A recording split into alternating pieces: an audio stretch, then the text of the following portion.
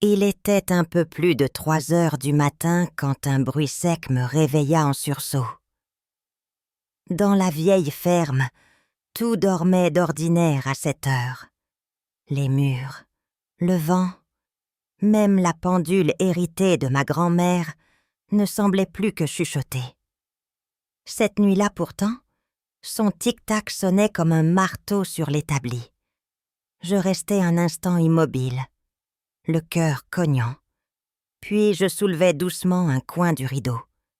Dehors, la Beauce était noyée dans une obscurité bleutée.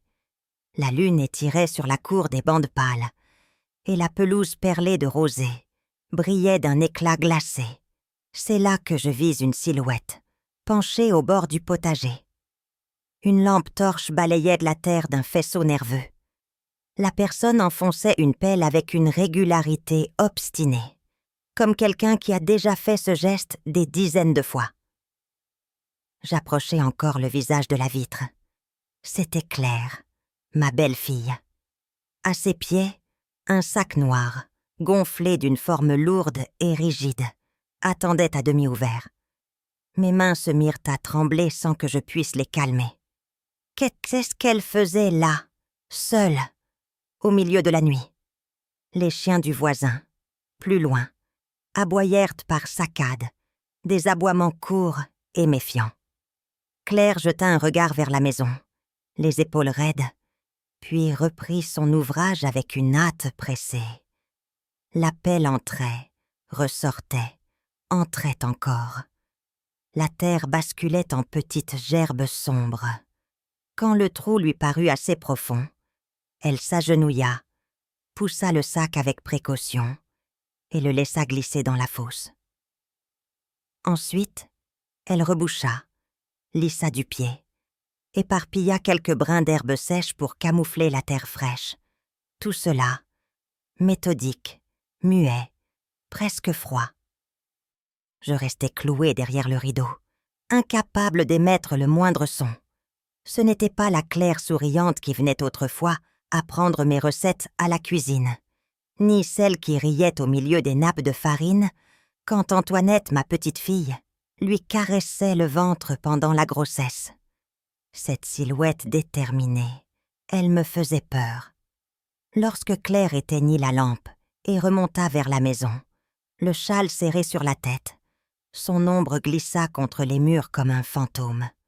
Un instant plus tard, j'entendis la porte de sa chambre se refermer très doucement, puis le cliquetis du verrou. Je ne pouvais plus tenir. J'enfilai mes chaussons, attrapai mon vieux châle de laine et descendis à pas feutrés. Dehors, l'air mordait les joues. La rosée glacée s'infiltrait jusqu'aux os. Je pris le petit loucher qui sert à Édouard, mon fils, pour ses rosiers, et je me guidai au souvenir, exactement à l'endroit où j'avais vu Claire s'acharner. La terre était souple, encore humide. À mesure que je creusais, mon cœur battait plus fort, comme s'il cognait au bord de ma gorge pour sortir et fuir avant moi. Le fer heurta soudain quelque chose de dur. Je m'agenouillai. Mes doigts, engourdis de froid, grattèrent, tirèrent, et je hissai le sac en haletant. Le zip céda d'un coup. À l'intérieur, une couteau de cuisine luisait sous la lune, la lame maculée d'une matière rouge presque noire. À côté, une chemise de travail, l'une de celles qu'Édouard portait à l'atelier, était souillée de larges taches coagulées. L'odeur métallique me monta au nez. Le paysage tangua. Une nausée violente me coupa le souffle, et je m'affaissai dans l'herbe froide. Le monde s'éteignit. Quand je revins à moi, l'aube blanchissait à peine la lignonne des granges. Je remis le couteau et la chemise dans le sac, refermai, rebouchai soigneusement la fosse et remis l'herbe comme je l'avais trouvée. Mes mains tremblaient, tant que j'avais du mal à rattraper le louchet. Je n'avais qu'une idée fixe. Il fallait comprendre, mais pas tout de suite. Il me fallait du temps, du courage, et surtout protéger Antoinette. Dans la cuisine, le feu refusait de prendre. La cafetière, posée sur la fonte, cliquetait d'impatience. Une tasse vide attendait sur la table. Celle d'Édouard. Il n'était pas rentré. Il rentrait toujours, même tard, ne serait-ce que pour embrasser sa fille endormie et me dire 2 mots avant d'aller se coucher. Je posais les mains à plat sur le bois pour ne pas chanceler. Derrière moi, un bruit d'eau et de vaisselle. Claire lavait des assiettes, plutôt qu'à l'accoutumée. Sa voix me parvint égale, trop égale, quand je demandais d'un ton que je voulais neutre. « Claire, Édouard n'est pas revenu cette nuit. Tu sais où il est ?»« On s'est disputé, » dit-elle sans se retourner. Il est parti. Sa phrase lissée, polie, glissa sur la table comme une lame. Édouard ne claquait jamais les portes. Même en colère, il prévenait. Il écrivait un mot, laissait un message, quelque chose. Je serrais les dents pour ne pas laisser ma voix se briser. « Et pourquoi cette dispute ?»« Rien d'important, » marmonna-t-elle. « Ce n'est pas la peine de vous inquiéter. » Elle frotta plus vite. La faïence crissa. Nous n'avions plus les mêmes mots, plus le même monde. La Claire d'hier s'était absentée, remplacée par un visage prudent et fermé. Au fait, si vous découvrez cette histoire et qu'elle vous tient en haleine, abonnez-vous à la chaîne et laissez un commentaire pour me dire d'où vous écoutez. Votre soutien nous aide à continuer ces récits et à rassembler une communauté bienveillante. Merci d'être là. Je sortis prendre l'air pour ne pas éclater en sanglots devant ma petite. Dans la cour, la trace de mes pas de la nuit scintillait encore. Une poule, curieuse, picorait près de l'endroit que j'avais rebouché. Je la chassais d'un geste brusque. À cet instant, la bicyclette du livreur de lait grinça au portail. « Madame !» lança-t-il gaiement. « On ne voit pas Édouard aujourd'hui. Il est toujours le premier debout. » Les mots me transpercèrent. Je réglai en balbutiant et rentrai. La ferme, soudain, me sembla trop grande. Chaque pièce trop vide, comme si l'absence y résonnait. Je poussai la porte de la chambre d'Édouard et claquer. Le lit était fait d'un côté seulement. La place d'Édouard restait froide, impeccable. Sur la table de chevet, rien. Il n'avait pas laissé son téléphone, cet appareil qu'il oubliait rarement. Dans l'armoire, ses chemises bleues manquaient par endroits. Mais le désordre disait autre chose. Une vie en suspens, pas un départ décidé. Je crus entendre encore sa voix d'enfant malade, les nuits où je lui tenais la main jusqu'à ce que la fièvre retombe. J'eus envie de m'asseoir et de pleurer, jusqu'à ne plus sentir mon corps. À midi, Antoinette dévora sa soupe comme d'habitude, souriant de ses dents blanches. Sa candeur me serra le cœur. Je lui resservis des haricots et, d'une voix que j'essayais de rendre légère, je glissai « Dis donc, ma chérie, ta maman est très occupée ces temps-ci. Elle voit des amis ? Peut-être le monsieur de l'autre jour. Mamie, dit-elle avec l'innocence des 6 ans. Il sentait bon, il m'a donné des bonbons. Il a dit qu'il voulait être mon papa. Mais moi, j'ai déjà mon papa, Édouard. Je faillis lâcher la louche. Un homme, des bonbons. Être mon papa. Je caressais ses cheveux pour qu'elle ne voie pas mes doigts trembler. Tout en elle respirait la franchise sans malice. Ma gorge se serra d'une colère froide et d'une peur nue. Plus tard, Madame Rose, la voisine, se présenta avec un panier d'œufs. Après les politesses, sa voix baissa d'un ton. « Je ne veux pas me mêler, mais hier tard, j'ai vu Claire à la grille avec un homme que je ne connais pas. Une voiture brillante. Ce n'était pas la camionnette d'Édouard. Je me suis dit que vous deviez savoir. Je la remerciais, glacée jusqu'aux os. La scène que je reconstituais dans ma tête se superposa à celle de la nuit. Des morceaux s'assemblaient trop bien, trop vite. Le soir venu, Claire s'enferma tôt. En passant devant sa porte, j'entendis un murmure étouffé. « N'appelle plus ici, c'est dangereux. Personne ne soupçonne rien. » Chaque mot pesait une livre. Je collai la main au bois, l'oreille tendue, brûlant de franchir le seuil. Mais Antoinette dormait dans la pièce voisine. Je devais réfléchir, protéger, attendre. Je ne dormis pas. Étendu, je revoyais le sac noir, la lame souillée, la chemise d'atelier. Les éclats de phrases se bousculaient. On s'est disputé. Ce n'est rien. Être mon papa. À l'aube, j'étais une pierre. Je préparais du café trop fort et restais là, les mains autour de la tasse, à guetter un signe. Il vint de la ville. Au marché de Châteaudun, parmi les étals bruyants, 2 vendeuses glissaient des nouvelles.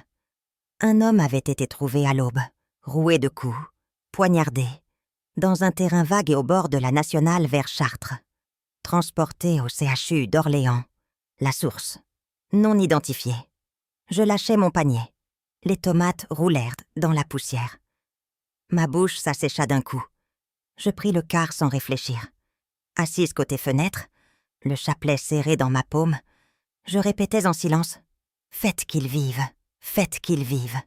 Les chants défilaient, mais je ne voyais que le sourire d'Édouard, la petite main d'Antoinette, la nuit où la terre avait bu un secret.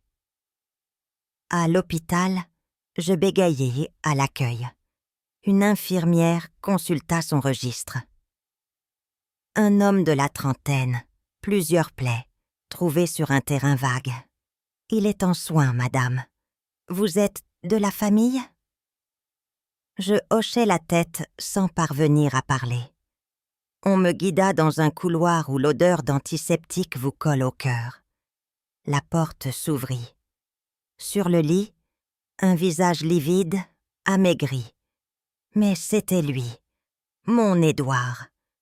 J'eus l'impression qu'on m'arrachait le ventre et que, dans le même instant, on me le recousait. Je lui pris la main. « Mon fils !» Ses paupières frémirent. Il força un souffle plus long, et un mot, si faible que je dus me pencher, glissa de ses lèvres fendillées. « Maman !» Je pleurais en silence, mon front presque contre le sien, quand il retrouva un fil de voix, haché, râpeux. Il dit « J'ai découvert que Claire me trompait. J'ai parlé de divorce, de la garde d'Antoinette. Elle a supplié, puis menacé. Et le couteau. Je suis tombée. Elle a cru que j'étais mort. Elle a appelé Victor. Ils m'ont glissé dans une voiture, jeté près de la route. J'ai fait le mort. Il ferma les yeux, comme si la mémoire lui brûlait la peau. Ne dis à personne que je vis. Protège la petite. Toi aussi, fais attention. Je lui promis tout, avec une netteté froide, comme on promet de tenir droit une poutre quand la maison craque. Il fallait prévenir la police. Il fallait fouiller la terre. Il fallait que la vérité remonte. Je sortis dans la lumière blanche du hall. Mes jambes tremblaient, mais ma décision ne tremblait pas. J'étais mère. J'étais grand-mère. Je n'allais pas laisser l'ombre gagner. Les jours qui suivirent ne furent comme un mauvais rêve dont je ne parvenais pas à me réveiller.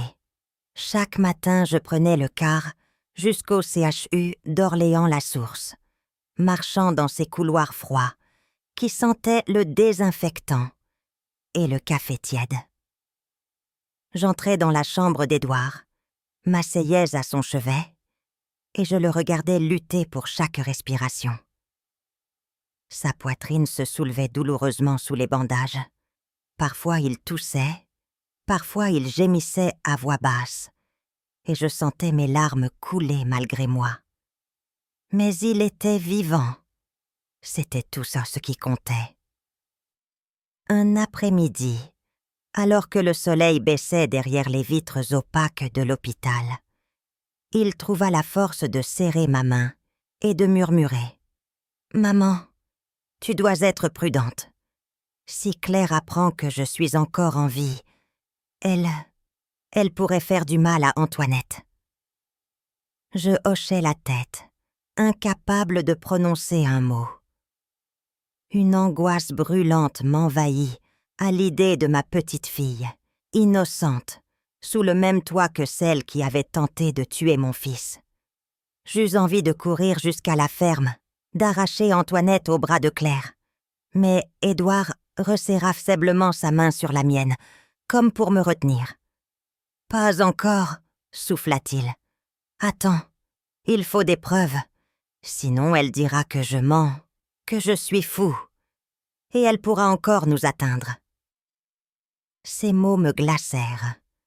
Mais il avait raison. Sans preuve, sans justice, la vérité pouvait être étouffée. Le lendemain, je me rendis discrètement à la gendarmerie de Châteaudun. Le bâtiment, avec ses murs gris et son odeur de vieux papier, me sembla lourd comme une pierre. Un brigadier moustachu, l'air fatigué, m'accueillit derrière son bureau encombré. « Alors, madame, que puis-je pour vous ?» J'avalais ma salive. Ma voix tremblait, mais je forçais chaque syllabe. « On a tenté de tuer mon fils. C'est sa propre femme qui l'a poignardé. Elle a enterré le couteau et une chemise tachée de sang dans notre jardin, près de la ferme.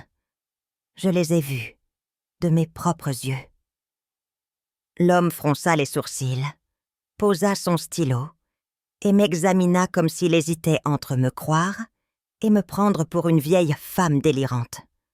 « Vous êtes sûr ? Peut-être une querelle de ménage qui a mal tourné. » Alors, toute la douleur accumulée explosa en moi. Je frappai du poing sur son bureau. « Regardez-moi » cria-je. « Ce n'est pas une querelle, c'est une tentative de meurtre. Mon fils est à l'hôpital, il a survécu par miracle. Je vous dis que Claire, ma belle-fille, a voulu l'enterrer vivant. » Le silence retomba dans la pièce, lourd. Le brigadier finit par se lever, passa la main sur son menton et soupira. « Très bien, nous allons envoyer une équipe pour vérifier vos dires. » Ce même soir, 2 gendarmes se présentèrent à la ferme. Leurs bottes écrasaient le gravier avec un bruit sec. Claire les accueillit sur le pas de la porte, surprise mais souriante. « Un contrôle de routine, madame, » dit l'un d'eux. « Nous devons inspecter le terrain. » Elle pâlit légèrement, puis s'effaça. Son regard, toutefois, vint se poser sur moi avec une dureté glaciale, comme une promesse muette de représailles. Je restai en retrait, la gorge nouée, tandis qu'il creusait exactement à l'endroit que j'avais indiqué. Quand le sac noir réapparut, souillé de terre, mes jambes fléchirent. Les gendarmes s'ouvrirent, découvrirent le couteau, la chemise, et échangèrent un long regard. L'un d'eux referma soigneusement, mit le tout dans un sac de preuves, et déclara d'une voix grave. « Madame, ceci est suffisant pour lancer une enquête criminelle. Je crus que mes poumons se vidaient d'un coup. » Mais au même instant, je sentis aussi le souffle de la justice approcher. Enfin, Claire, derrière nous, avait posé ses mains sur le dossier d'une chaise pour ne pas vaciller. Ses yeux, pourtant, ne lâchaient pas les miens. Un feu sombre y brûlait, fait de haine et de défi. Cette nuit-là, je dormis à peine. Dans la pièce voisine, Antoinette respirait doucement, sa poupée serrée contre elle. Je l'écoutais, priant qu'aucun mal ne l'atteigne. Chaque craquement du bois, chaque souffle du vent contre les volets me faisait sursauter. J'avais l'impression que le danger rôdait déjà autour de la maison. Le lendemain matin, j'accompagnais Édouard, encore faible, à la gendarmerie. Il parla devant les enquêteurs, la voix cassée mais ferme. Il raconta la dispute, la menace de divorce, la rage de Claire, le couteau, puis le rôle de Victor, l'homme qui l'avait aidé à le transporter. À chaque phrase, je sentais mon cœur se déchirer, mais je restais droite, serrant mon chapelet dans ma poche. Les gendarmes notèrent tout, puis l'un d'eux conclut « Nous avons désormais suffisamment d'éléments pour procéder à des arrestations. » Quelques heures plus tard, la radio grésilla dans le bureau. Une voix annonça « Cible repérée. La femme et un homme correspondant au signalement sont dans un café au bord de la Nationale, près de Chartres. Ils semblent se préparer à partir. » Le brigadier se redressa, lança des ordres rapides. Des véhicules partirent aussitôt, sirènes éteintes. Je retins mon souffle. Mes doigts s'entrelacèrent au point d'en blanchir. Édouard, assis à mes côtés, ferma les yeux et murmura qu'il ne s'échappe pas, qu'il paie enfin. Une demi-heure, tant mieux plus tard. La voix du poste grésilla de nouveau, plus triomphale. Arrestation effectuée. La femme et l'homme sont en garde à vue. Je m'effondrai sur la chaise, le visage entre les mains. Les larmes coulèrent, brûlantes. Mais cette fois, elles étaient mêlées d'un soulagement profond. Le procès eut lieu quelques semaines plus tard au tribunal d'Orléans. Ce matin-là, je me levai avant l'aube.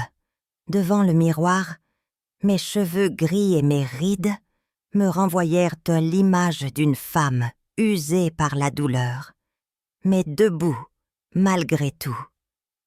Je posai mon châle sur mes épaules, embrassai Antoinette encore endormie, et pris la main d'Édouard.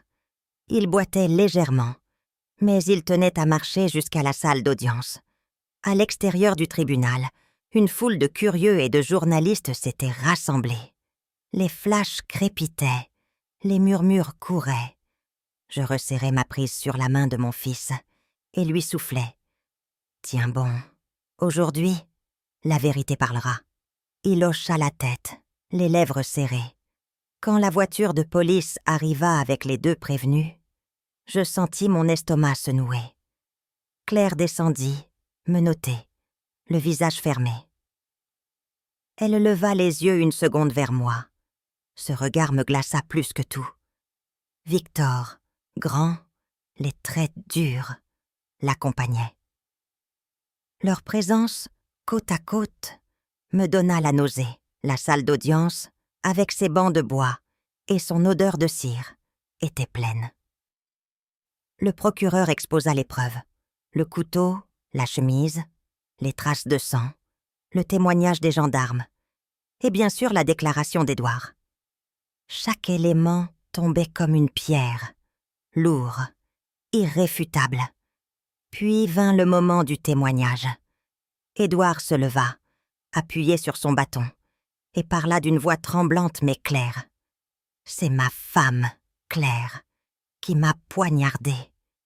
Et c'est son complice, Victor, qui l'a aidé à me jeter dans un terrain vague pour me laisser mourir. » Un silence épais envahit la salle. J'entendis quelques personnes retenir un souffle. Claire éclata alors en sanglots, tomba à genoux devant le juge. « Ce n'est pas moi, c'est lui qui m'a obligée !» hurla-t-elle en pointant Victor. « Je n'ai jamais voulu ça !» Mais je voyais son jeu. Ses larmes coulaient, mais ses yeux restaient secs, froids. Victor, lui, bondit, rouge de colère. « Menteuse! C'est toi qui m'as appelée, toi qui m'as supplié de t'aider !»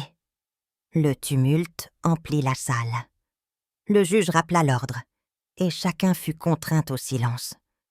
Enfin, après des heures de débat, la juge prononça la sentence.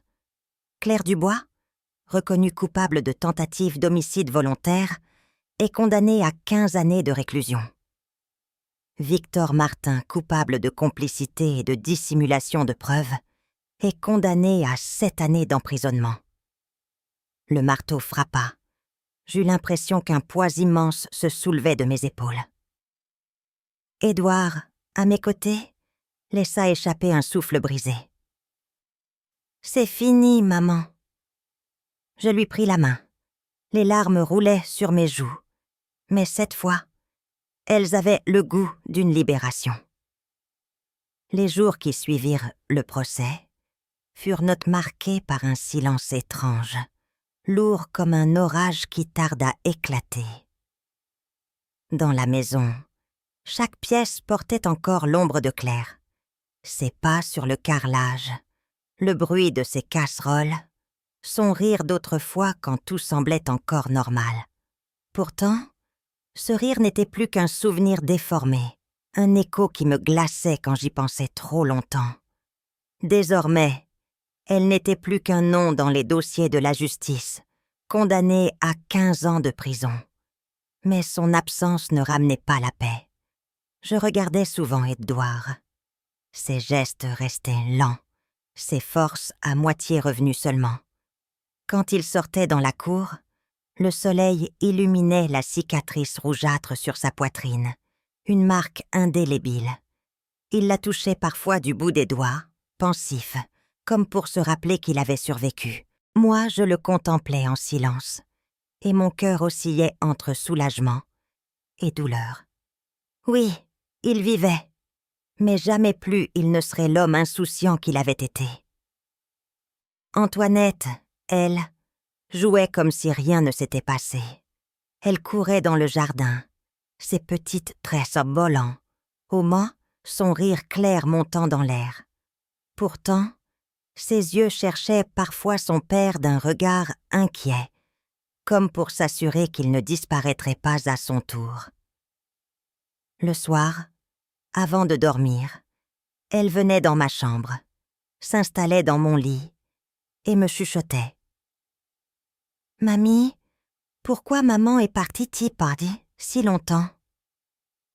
Je lui caressais les cheveux, avalant mes sanglots, et je répondais doucement. « Ta maman doit rester loin un moment. Mais nous sommes là, ton papa et moi.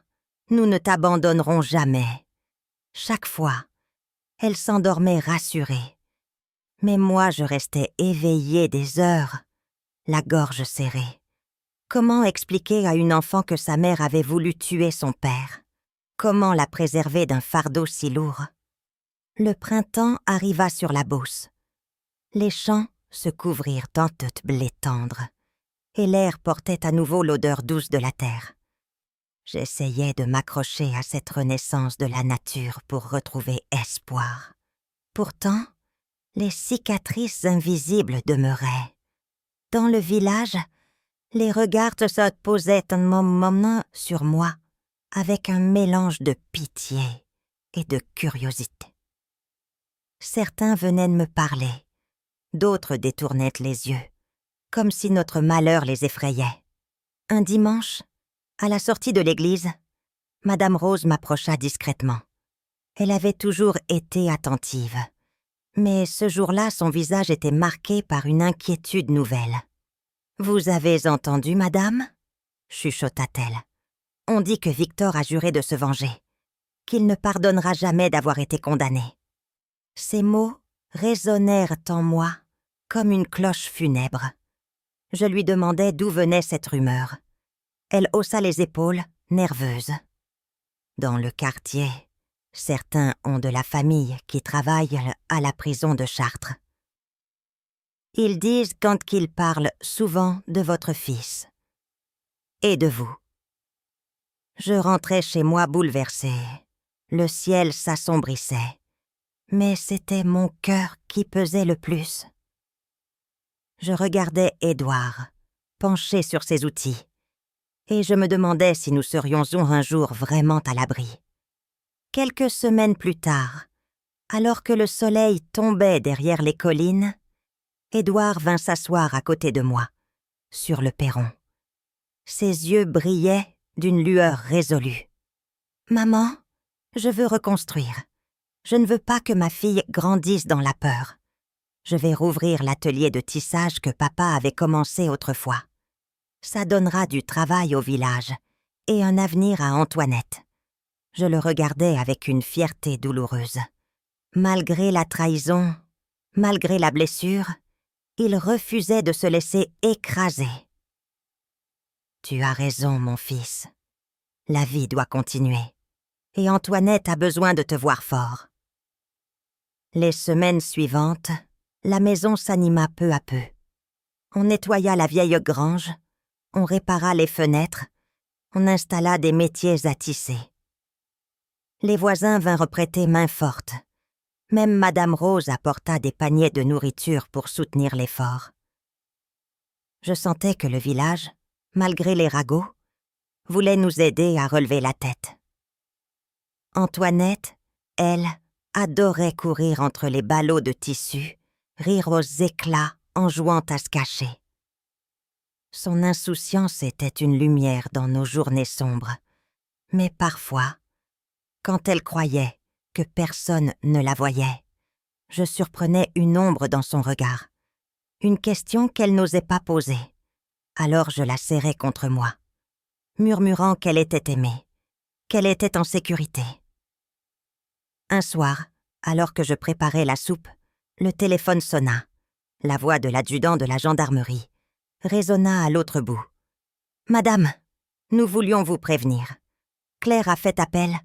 Elle conteste sa peine. » Je faillis lâcher la louche dans la marmite. « Comment? Après tout ce qu'elle a fait? »« C'est son droit, » répondit-il calmement. « Mais ne vous inquiétez pas. Les preuves sont sommaires non collides.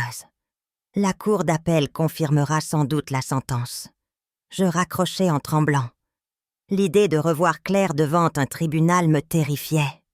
Pourtant, je savais que je devrais trouver la force, encore une fois, pour Édouard, pour Antoinette.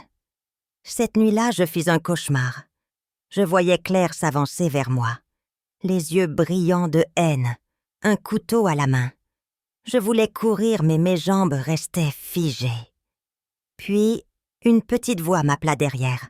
« Mamie !» C'était Antoinette. Je me réveillai en sursaut, le visage trempé de sueur, le cœur battant à tout rompre. Les mois passèrent, le blé mûrit, les moissons commencèrent. Édouard retrouvait peu à peu ses forces, travaillant chaque jour à l'atelier. Ses mains, marquées par les cicatrices, s'activaient avec la même ardeur que dans sa jeunesse. Parfois, je le surprenais à sourire en regardant Antoinette jouer. Et je voyais qu'il se battait pour elle autant que pour lui. Un soir d'été, alors que nous dînions dehors, sous le ciel rougeoyant, il posa sa main sur la mienne. « Maman, je ne veux plus parler de Claire. Elle a choisi son chemin. Nous devons avancer. » Je le regardai longtemps, et je sus qu'il avait raison. Le passé nous avait brisés, mais il ne devait pas nous définir. Pourtant, malgré nos efforts, le spectre de Victor continuait de planer. Des rumeurs circulaient encore. Certains prétendaient qu'il avait des amis dehors, capables de lui rendre service. Je surveillais chaque visite, chaque étranger qui passait devant la ferme. Je dormais d'un œil, craignant qu'un jour, la vengeance ne frappe à notre porte. Un matin, je trouvai une enveloppe glissée sous le portail. À l'intérieur, une feuille pâle et blanche, avec 3 mots écrits d'une main lourde. « Vous paierez tous. » Mon sang se glaça. Je cachai le papier dans mon tablier, sans en parler à Édouard. Il avait assez souffert. Mais cette menace me hantait jour et nuit. Je me surpris à vérifier chaque soir les verrous, à marcher avec une lampe dans la cour comme une sentinelle. Je me disais que si le danger venait, il me trouverait debout, prête à défendre les miens. Un dimanche, après la messe, j'allais prier plus longtemps que d'habitude. Je restais agenouillée devant la Vierge, murmurant à voix basse. « Donnez-moi la force, ne laissez pas le mal revenir. Protégez mon fils, ma petite. » Quand je sortis, le soleil éclatait sur les vitraux et je sentis une chaleur m'envahir, comme une promesse muette que la lumière finirait toujours par l'emporter sur l'ombre. Ce soir-là, en rentrant à la ferme, je trouvai Antoinette assise sur le perron, un bouquet de fleurs des champs dans les mains. Elle leva ses grands yeux vers moi et dit avec un sourire lumineux : « Regarde, mamie, c'est pour toi. Comme ça, tu ne seras plus triste. » Je pris le bouquet, je la serrai fort contre mon cœur, et je compris que malgré la peur, malgré les cicatrices, nous avions encore une richesse inestimable. L'amour qui nous liait. Cet amour serait notre arme, notre refuge, et la seule lumière capable de traverser les nuits les plus noires. L'été touchait à sa fin quand nous reçûmes la convocation officielle. L'appel de Claire serait juge à la cour d'Orléans. Le simple mot « appel » fit ressurgir toutes mes angoisses. Je revoyais le couteau, la chemise ensanglantée, le corps meurtri de mon fils, et je sentais ma gorge se serrer. Édouard, lui, resta impassible en lisant la lettre, mais ses mains tremblaient malgré tout. « Ils ne pourront rien changer, » dit-il d'une voix ferme. « Les preuves sont là, je voulus le croire. Pourtant, au fond de moi, une peur sourde persistait. Je connaissais trop la force de manipulation de Claire. Je l'avais vue pleurer, supplier, jouer la victime. Que se passerait-il si les juges l'écoutaient et doutaient de nous? La semaine avant l'audience, je vécus comme dans un brouillard. Je préparais les repas sans appétit, je balayais la cour. En oubliant le balai, je priais plus que je ne respirais. Chaque soir, je vérifiais 3 fois les verrous de la maison. L'enveloppe menaçante glissée un mois plus tôt sous notre portail restait cachée dans mon tablier, mais elle brûlait ma mémoire comme une braise. J'entendais encore ces 3 mots. « Vous paierez tous. » Un soir, alors que je rangeais les draps, Antoinette entra dans ma chambre, avec ses grands yeux pleins de curiosité. « Mamie, pourquoi tu pleures la nuit? J'entends parfois tes sanglots. » Je me figeais. J'essayais de sourire, mais ma voix se brisa. « Ce sont les souvenirs, ma chérie. Mais toi, ne t'inquiète pas. Tu es ma lumière. » Elle se blottit contre moi, posa sa petite main chaude sur mon visage et souffla. « Moi aussi, je veux te protéger, mamie. » Ces mots d'enfant furent comme un baume. Je compris que je n'avais pas le droit de faiblir. Je devais tenir, coûte que coûte, pour elle, pour Édouard, pour la mémoire de ce que nous avions été. Le jour de l'audience arriva. La ville d'Orléans bruissait déjà d'activité quand nous descendîmes du car. Devant le tribunal, une foule de journalistes attendait, armés de micros et de caméras. Ils se jetèrent sur nous comme des corbeaux affamés. « Madame, pensez-vous que Claire puisse être acquittée? Édouard, avez-vous peur de revoir votre femme ?» Leurs questions piquaient comme des aiguilles. Je pressai la main de mon fils et l'entraînai à l'intérieur, le cœur battant. Dans la salle d'audience, Claire apparut escortée par 2 gardiens.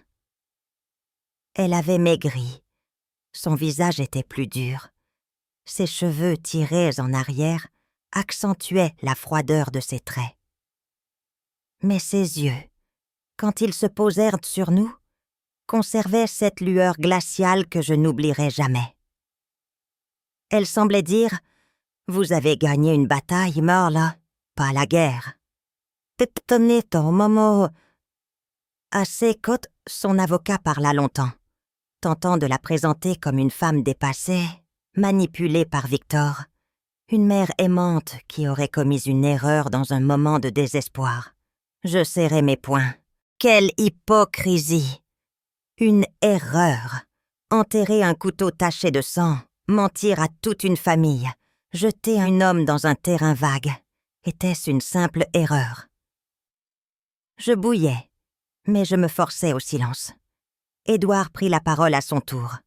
Sa voix, bien que fragile, porta dans toute la salle. J'ai vu la lame. J'ai senti la douleur. Je me souviens du regard de Claire au moment où elle m'a poignardé. Ce n'était pas une femme perdue. C'était une volonté froide. Elle voulait que je disparaisse. Chaque mot vibrait d'une vérité brute. Les juges prenaient des notes, attentifs. Puis vint mon tour. Je racontais la nuit où j'avais vu Claire creuser dans le jardin, le sac noir, la chemise, le couteau. Ma voix tremblait, mais je ne détournais pas les yeux. Je ne parlais pas seulement pour convaincre les juges. Je parlais pour Antoinette, pour que sa vie ne soit plus bâtie sur des mensonges. Après plusieurs heures, le verdict tomba. La cour confirma la condamnation. 15 années pour Claire, 7 pour Victor. Aucun changement. Ce fut comme une respiration immense, une délivrance. Mais en quittant la salle, je vis Claire se retourner vers moi. Ses lèvres murmurèrent quelque chose que personne d'autre ne remarqua.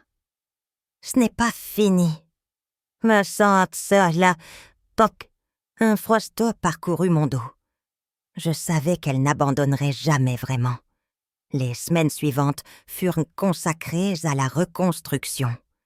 L'atelier de tissage d'Édouard commença à produire ses premiers rouleaux de lin. Les voisins venaient acheter, encourager, partager un café. L'ambiance du village changeait, plus solidaire, plus chaleureuse. Je voyais mon fils retrouver peu à peu un but, une dignité. Ses mains reprenaient confiance. Son dos se redressait. Et dans ses yeux brillait une flamme nouvelle. Antoinette aidait à sa manière, en rangeant les bobines, en riant de ses maladresses, en décorant l'atelier de dessins colorés. Chaque sourire d'elle était comme un rayon de soleil qui perçait les nuages les plus sombres. Mais malgré ses progrès, l'ombre de Victor planait encore. En prison, il gardait le silence. Les gendarmes me dirent qu'il refusait de parler, mais qu'il entretenait des contacts suspects. Certains craignaient qu'il ait encore des complices à l'extérieur. Je redoublais de prudence. Je verrouillais les portes. Je surveillais la route. Je me méfiais des inconnus. Le moindre bruit me faisait sursauter. Un soir, alors que le vent soufflait fort et que les volets claquaient, je trouvai une nouvelle enveloppe posée sur le rebord de la fenêtre de la cuisine. Pas de timbre, pas d'adresse. Juste un papier plié avec ces mots. Le silence ne dure jamais. Mon sang se glaça, je n'osais pas montrer cela à Édouard. Il devait se concentrer sur sa guérison, pas sur des menaces. J'allais cacher la feuille sous mon matelas. Mais toute la nuit, je ne dormis pas. Malgré la peur, la vie reprenait ses droits. Les champs jaunissaient, les moissons emplissaient les granges d'une odeur chaude. Les dimanches, nous allions à l'église avec Antoinette. Elle aimait allumer une bougie et murmurer une prière pour son papa. Je l'observais, les mains jointes, et je me disais qu'elle grandissait déjà avec un courage que bien des adultes n'ont pas. Un matin, alors que nous revenions du marché de Chartres, chargés de légumes, nous croisons par hasard une femme qui s'arrêta devant moi. Elle portait un manteau sombre, et son visage me parut vaguement familier. « Vous êtes la mère d'Édouard, n'est-ce pas ?» dit-elle d'une voix basse. « Oui.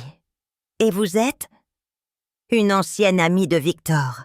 Prenez garde, il ne vous oubliera jamais. » Avant que je n'aie le temps de répondre, elle disparut dans la foule. J'eus l'impression que le sol se dérobait sous mes pieds. Je serrai la main d'Antoinette plus fort et je l'entraînais, le cœur battant. Ce soir-là, je n'osais pas raconter la rencontre à mon fils. Il était trop fragile encore. Mais en m'allongeant dans mon lit, les yeux ouverts vers les poutres sombres, je fis un vœu silencieux. Si le mal venait frapper encore une fois à notre porte, il me trouverait debout, prête à défendre ma famille. Car, désormais, je n'étais plus seulement une mère ou une grand-mère. J'étais devenue la gardienne de la vérité, de notre survie, et je savais que la lutte n'était pas finie. L'automne s'annonçait, les feuilles jaunissaient, et les soirées se rafraîchissaient. Dans la ferme, une routine semblait vouloir se réinstaller. Édouard travaillait chaque jour à l'atelier, entouré de ses tissus et de ses outils. Ses gestes retrouvaient peu à peu leur précision d'autrefois. Antoinette courait dans la cour, ses bottes éclaboussant les flaques, riant d'un rire clair qui me rappelait que malgré les ombres, la vie continuait.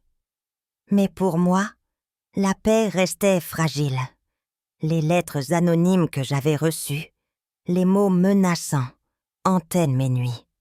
Même si je n'en parlais pas à Édouard, je sentais que quelque chose rôdait encore autour de nous. Parfois, en sortant chercher du bois, je croyais apercevoir une silhouette à la lisière du champ. Un manteau sombre, une ombre qui disparaissait sitôt que je clignais des yeux. Était-ce mon imagination? Ou bien un avertissement silencieux? Un soir, après le souper, Édouard s'assit en face de moi. Sa voix était grave. « Maman, il faut que je te dise quelque chose. Hier, en revenant de Chartres, j'ai eu l'impression d'être suivie. Une voiture noire roulait toujours derrière moi. Quand je ralentissais, elle ralentissait. Quand j'accélérais, elle accélérait. Je posais ma cuillère, glacée. « Tu es sûr? » ?»« Certain. » Puis, arrivée au carrefour de la Nationale, elle a brusquement tourné et disparu. Nous nous regardâmes en silence. Aucun de nous n'osa prononcer le nom, mais nous pensions à la même personne. Victor.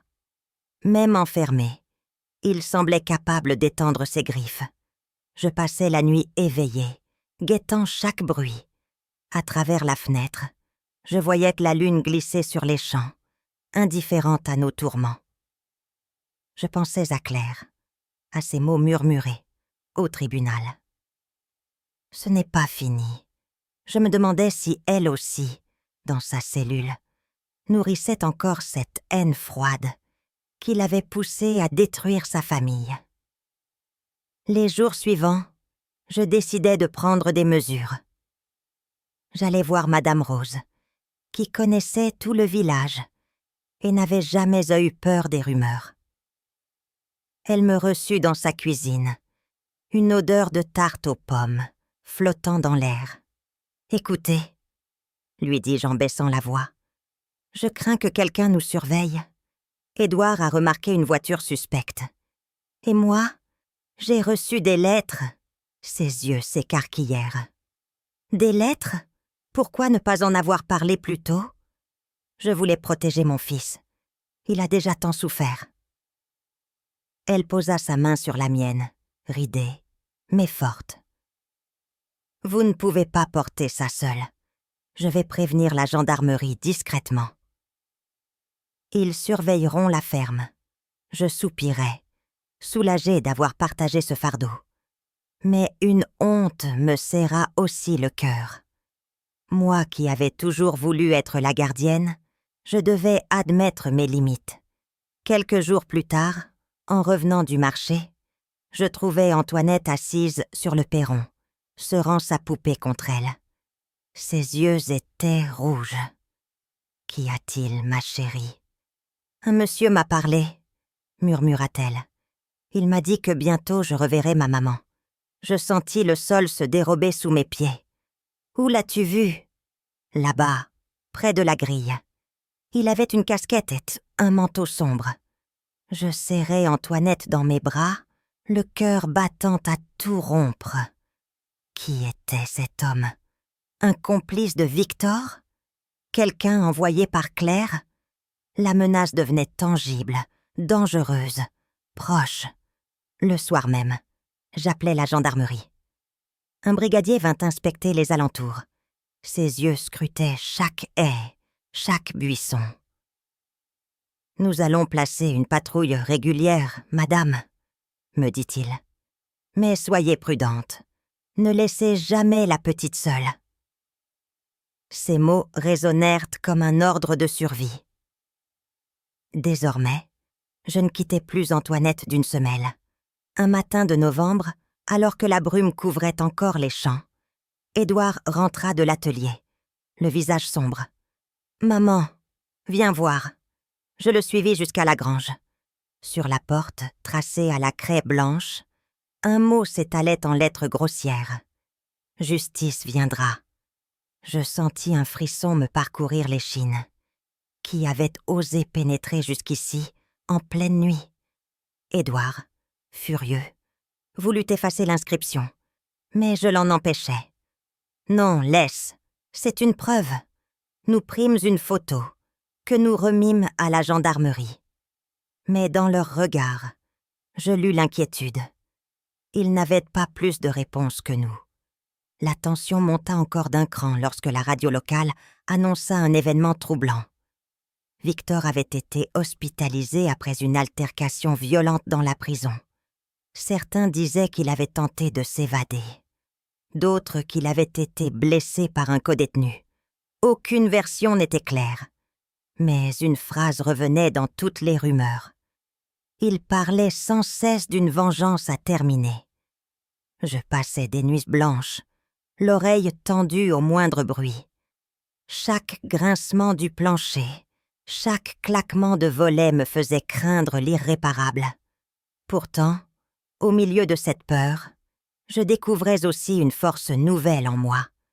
Je n'étais plus seulement une vieille femme tremblante. J'étais devenue une sentinelle, prête à défendre les miens. Un dimanche, après la messe, je marchais seule dans le cimetière derrière l'église. Le vent faisait ployer les cyprès. Je m'arrêtais devant la tombe de mes parents et je murmurais « Aidez-moi, montrez-moi, comment protéger mon fils, ma petite. » Le silence me répondit. Mais dans ce silence, je sentis une paix légère m'envahir.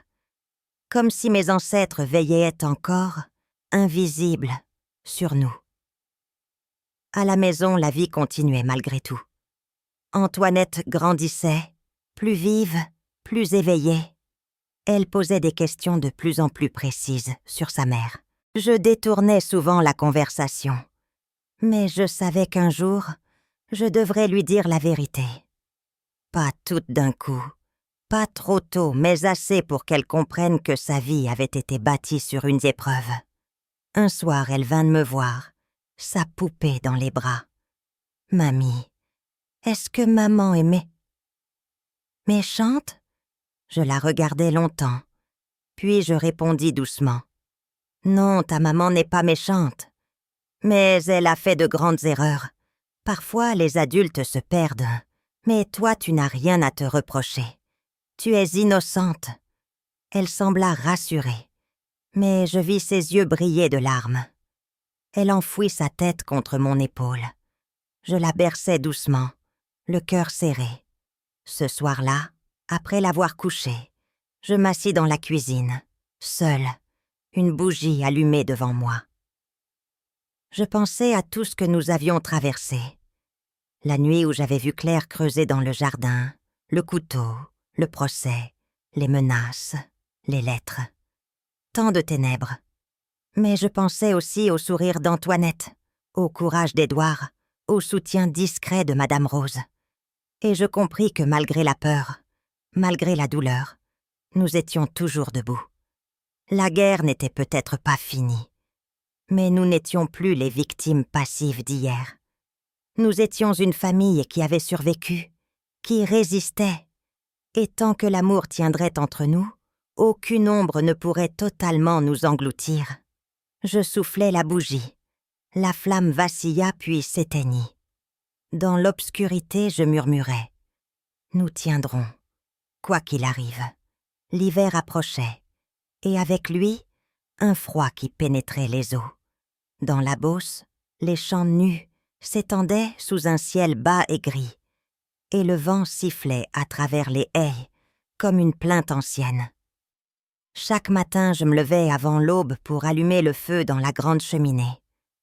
Les flammes éclairaient la cuisine de leur lueur orangée, mais dans mon cœur, la lumière restait fragile. Depuis les menaces et les inscriptions tracées sur notre grange, je ne parvenais plus à goûter la tranquillité. Même lorsque tout semblait calme, mes oreilles guettaient en un bruit. Mes yeux cherchaient un signe d'intrusion. Édouard, plus robuste de jour en jour, tentait de me rassurer. « Maman, disait-il, nous avons traversé le pire. Victor et Claire sont sous surveillance. Ils ne peuvent plus rien contre nous. » Je l'écoutais, mais au fond de moi, je savais que le danger rôdait encore. Les prisons ne sont pas des murs impénétrables. Et la haine, elle, n'a pas de barreaux. Un soir de décembre, alors que la neige commençait à tomber en fins flocons, j'entendis un claquement à la fenêtre. Je crus d'abord au vent. Mais quand j'ouvris la porte, je découvris sur le seuil une petite enveloppe blanche, glissée discrètement. Mes mains tremblaient en l'ouvrant. À l'intérieur, un papier plié portait ces mots écrits d'une main hâtive. « La justice n'a pas parlé. Le sang réclame encore. » Je restais figée, glacée, malgré le feu derrière moi. Qui avait pu déposer cette lettre? Les gendarmes. Impossible. Un voisin? Peu probable. C'était un message, un avertissement. Je rangeais le papier dans une boîte métallique cachée au fond d'un tiroir. Je n'osais rien dire à Édouard. Pourquoi charger encore ses épaules déjà lourdes? Mais dans mon ventre, un nœud se serra. Quelques jours plus tard, Antoinette tomba malade. Une simple fièvre d'enfant, disaient les médecins de Chartres. Pourtant, je ne pouvais m'empêcher de voir dans cette faiblesse un signe de malheur. Je passais des nuits entières à son chevet, lui tenant la main, comme je l'avais fait jadis pour Édouard lorsqu'il était petit. Parfois, dans son délire fiévreux, elle murmurait des phrases qui me glaçaient. « Maman va venir. Je l'ai vue derrière la fenêtre. » Je lui caressais les cheveux mouillés de sueur. « Non, ma chérie, repose-toi. Tu es en sécurité. » Mais ces paroles restaient gravées dans mon esprit. Et si quelqu'un rôdait vraiment autour de la maison? Au village, les rumeurs enflaient. On disait que Victor, hospitalisé après sa rixe en prison, avait obtenu des soutiens à l'extérieur. Certains affirmaient même qu'il avait des amis parmi les gardiens. Madame Rose, venue m'apporter des œufs frais, me glissa à voix basse. « Faites attention, on raconte qu'un homme a été vu rôdant près des fermes isolées. Grand, manteau noir, toujours avec une casquette enfoncée. » Je sentis mon sang se glacer. C'était peut-être le même que celui qui avait parlé à Antoinette. Je priais plus ardemment que jamais, chaque soir, à genoux dans ma chambre, serrant mon vieux chapelet entre mes doigts gourds. Mais même mes prières avaient l'amertume de l'angoisse. La nuit de Noël arriva. Nous avions préparé un repas simple, une volaille rôtie, des pommes de terre, un gâteau aux pommes. Antoinette, encore pâle mais souriante, accrocha des guirlandes de papier sur la cheminée. Édouard ouvrit une bouteille de vin qu'il gardait depuis longtemps. Pour un instant, la joie sembla revenir. Les rires de ma petite résonnaient, et même mon fils, malgré ses cicatrices, avait les yeux brillants d'espérance. Mais au moment de trinquer, un bruit sourd fit vibrer les volets. Comme un coup sec, répété. Nous sursautâmes tous. Édouard se leva d'un bond et sortit, une lampe à la main. Je l'entendis crier « Qui est là? Montrez-vous !» Un silence épais suivit, seulement brisé par le vent. Quand il revint, son visage était sombre. « Rien, dit-il. Mais les traces dans la neige. Quelqu'un est venu jusqu'au mur du jardin. Antoinette, effrayée, s'accrocha à moi. Je la serrai contre ma poitrine, le cœur battant. Cette nuit-là, nous ne dormîmes presque pas. Quelques jours plus tard, nous reçûmes une visite inattendue. Un inspecteur venu d'Orléans, envoyé par la préfecture. Grand, sec, le visage fermé, il se présenta comme l'inspecteur Dubreuil. « Madame, monsieur », dit-il d'une voix grave, « nous avons des raisons de croire que Victor n'agit pas seul. Nous suspectons l'existence d'un réseau qui l'aide à communiquer avec l'extérieur. » Édouard fronça les sourcils. « Un réseau ? Mais pourquoi s'acharner contre nous ? » « Parce que, » répondit l'inspecteur, « vous êtes la preuve vivante de leurs crimes. Tant que vous respirez, leur secret n'est pas complet. » Ces paroles résonnèrent comme un glas. Je sentis mes jambes fléchir, et je dus m'appuyer sur la table. L'inspecteur promit une surveillance renforcée. Mais il ajouta « Soyez vigilants, verrouillez vos portes, ne sortez pas seul la nuit. » La tension atteignit son comble lorsque, fin janvier, une rumeur courut dans le village. Claire aurait demandé un transfert vers un autre établissement pénitentiaire. Certains disaient qu'elle avait simulé une maladie pour changer de prison. D'autres murmuraient qu'elle avait obtenu ce transfert grâce à des protections occultes. Personne ne savait la vérité. Mais moi, j'entendis dans ces récits un écho funeste. Elle cherche une ouverture. Je passai ma main sur le rebord froid de la fenêtre et je me promis que, tant que je vivrais, je protégerais Édouard et Antoinette, même au prix de mon propre repos.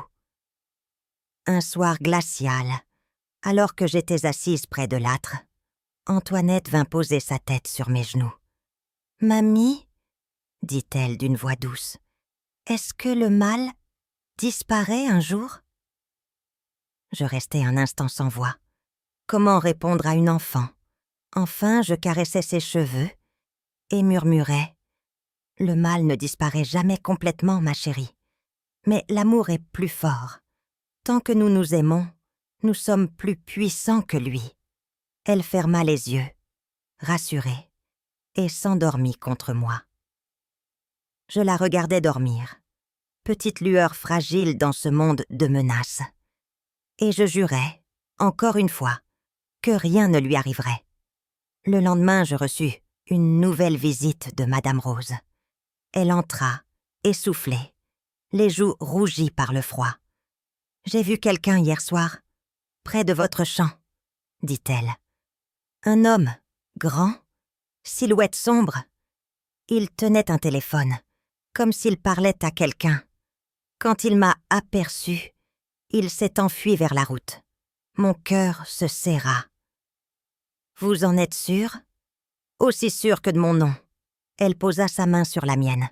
« Faites attention, le passé n'est pas enterré. » Ces mots résonnèrent en moi toute la journée. Et cette nuit-là, tandis que le vent secouait la maison, je compris que l'histoire n'était pas terminée. L'ombre de Claire et de Victor planait encore. Ainsi s'achevait ce chapitre d'inquiétude, au cœur de l'hiver, dans notre ferme isolée. Nous étions plus unis que jamais, mais la menace grandissait dans l'ombre. Et je savais que bientôt, il faudrait affronter la vérité, une fois pour toutes. Le mois de février arriva, froid et tranchant, comme une lame de verre dans le vent. Dans notre ferme, chaque jour se ressemblait, mais derrière cette apparente normalité, un pressentiment m'écrasait la poitrine. Je savais que quelque chose approchait, comme une tempête qu'on sent venir dans le silence avant l'orage.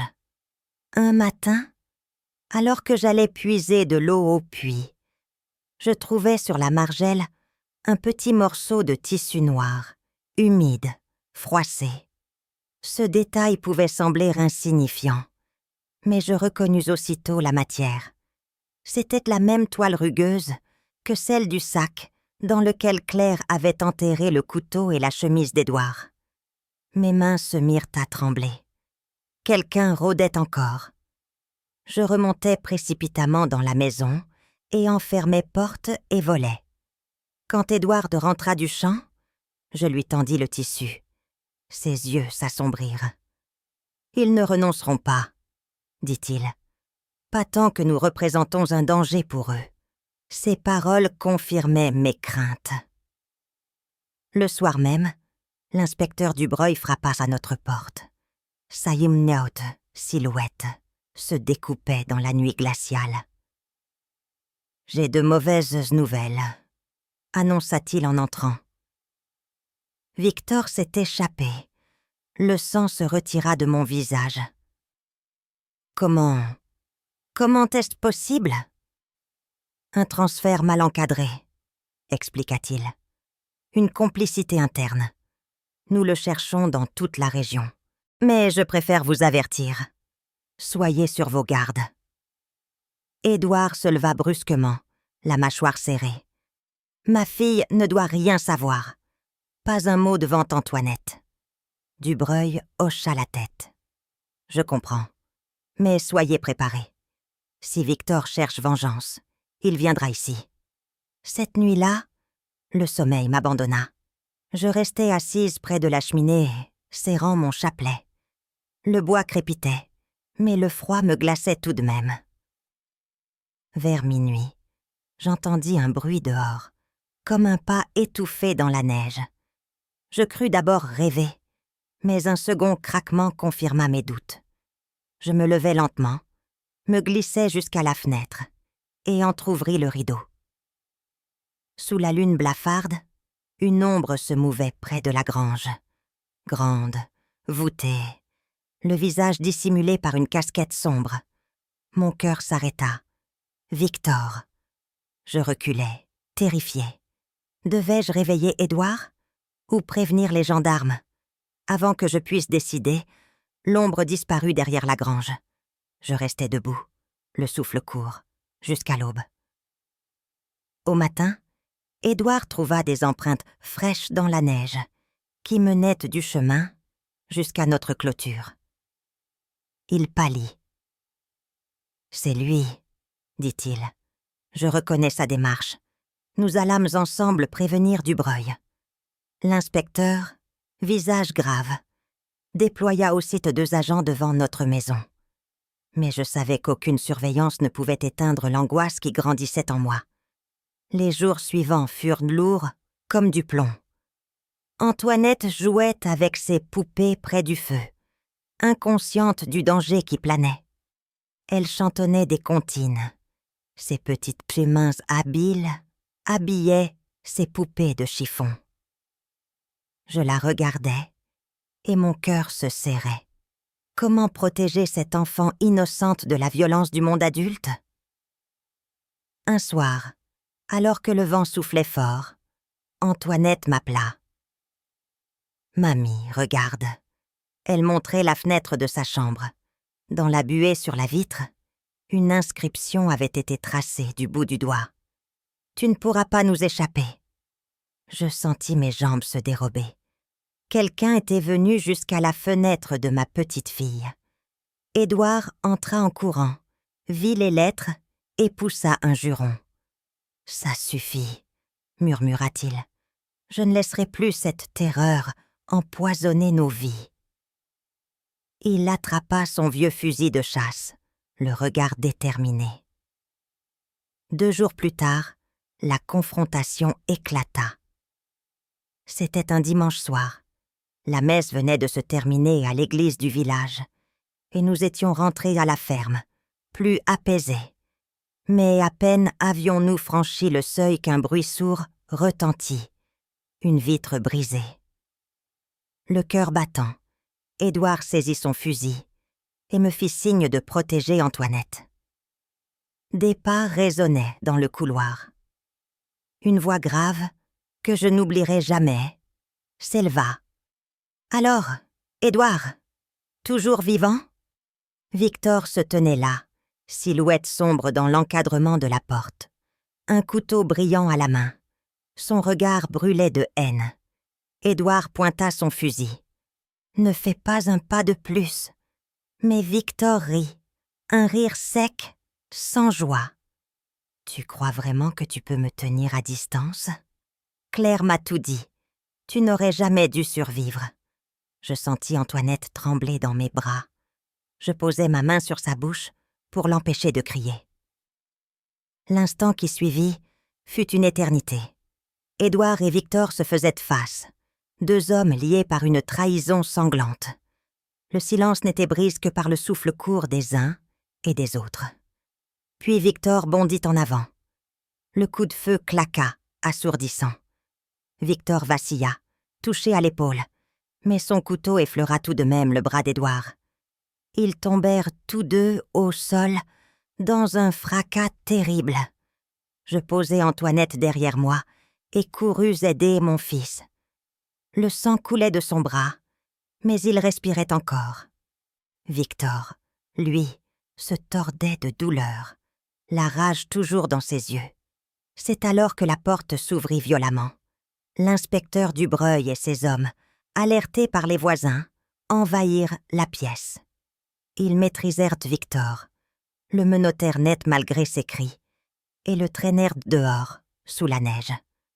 Je tombai à genoux près d'Édouard, les larmes coulant sur mes joues. « Mon fils, tu es sauf. » Il me serra la main, pâle mais vivant. « C'est fini, maman, » dit-il d'une voix faible. « C'est enfin fini. » Les semaines suivantes passèrent comme un rêve trouble. Victor fut de nouveau incarcéré, cette fois dans une prison de haute sécurité. Claire, elle, restait enfermée, brisée par ses propres mensonges. La justice, enfin, avait frappé. Mais pour nous, la guérison serait longue. Les nuits d'angoisse, les cauchemars, la peur de chaque bruit dans la maison, tout cela laisserait des cicatrices invisibles. Pourtant, au fil des jours, un souffle d'espérance renaquit. Édouard, malgré sa blessure, reprit le travail de la ferme. Antoinette courait à travers les champs, ses rires clairs effaçant peu à peu les ombres. Moi, je retrouvais la paix dans les gestes simples. Préparer le repas, arroser les fleurs, allumer les bougies à l'église chaque dimanche. Un soir, assise sur le banc du jardin, je regardais le soleil se coucher sur les plaines de Beauce. Les nuages rosissaient doucement, et l'air portait une promesse de renouveau. Je serrai Antoinette contre moi et lui dis « Souviens-toi, ma chérie, la vérité fait mal, mais elle libère, et l'amour, lui, reste toujours. » Elle me sourit, ses yeux brillants d'innocence. Alors, pour la première fois depuis des mois, je respirais pleinement. Nous avions traversé les ténèbres, et même si la douleur ne disparaîtrait jamais tout à fait, nous avions choisi la vie, la lumière et la justice.